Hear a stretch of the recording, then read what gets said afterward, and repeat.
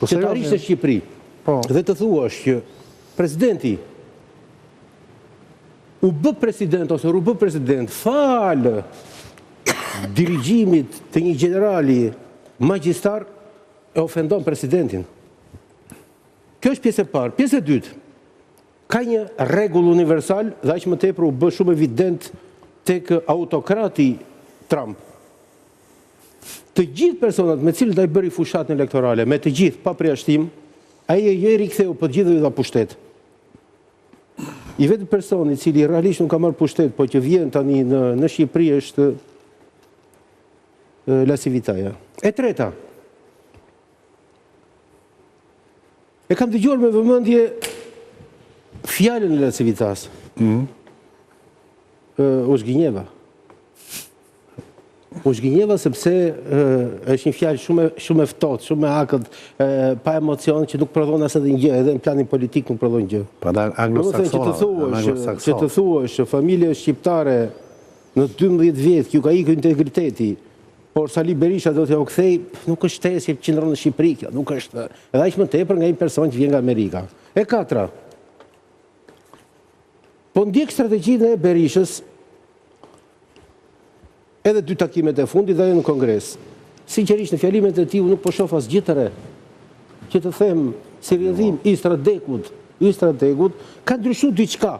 Përveç këtij fondi, ku ju shihni kapelet kuqe, që kuqja ka qenë si demi për Saliun, edhe trëndafilat i bënte blu. Jo më kapelet të kuqe. Asgjë tjetër. Edhe e pesta pastaj që Pas shpinës tuaj. Pas shpinës tuaj është.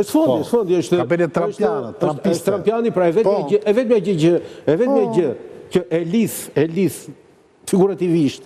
Është vetëm fillimi i mos u nxito. Duket fillimi. Tani, ajo që unë dua dhe këtu duhet të po se me një fond se është dhe aulori ta bëjnë debat. Një informacion më të qartë. Është shumë e rëndësishme të kuptojmë çfarë statusi ka ky person në Shqipëri. Dhe unë, edhe kur kemi biseduar dhe parë, kam thënë zotëri, çfarë është?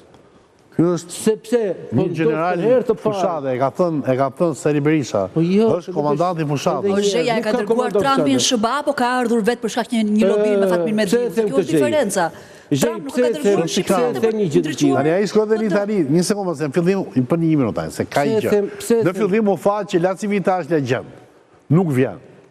Nuk vjen, bilevi hufan dhe gjëra që se ka kërkuar pagesën para fjalë korridore, nuk marr përgjegjësi po. Ka kërkuar pagesën para dhënie, e ka kërkuar me bank, sepse në Amerikë nuk mund paguash dot pa bank, dhe ai nuk vjen, u prish marrëvesh. Pastaj se si ndodhi, ai erdhi. Erdhi një herë, sa u duk, po nuk do vi më. Erdhi herën e dytë. Erdhi herën e dytë, për hapjen e fushatës. Erdhi për programin. Erdhi shkoi me doktorin në Itali. Për një minutë tani. Ky është.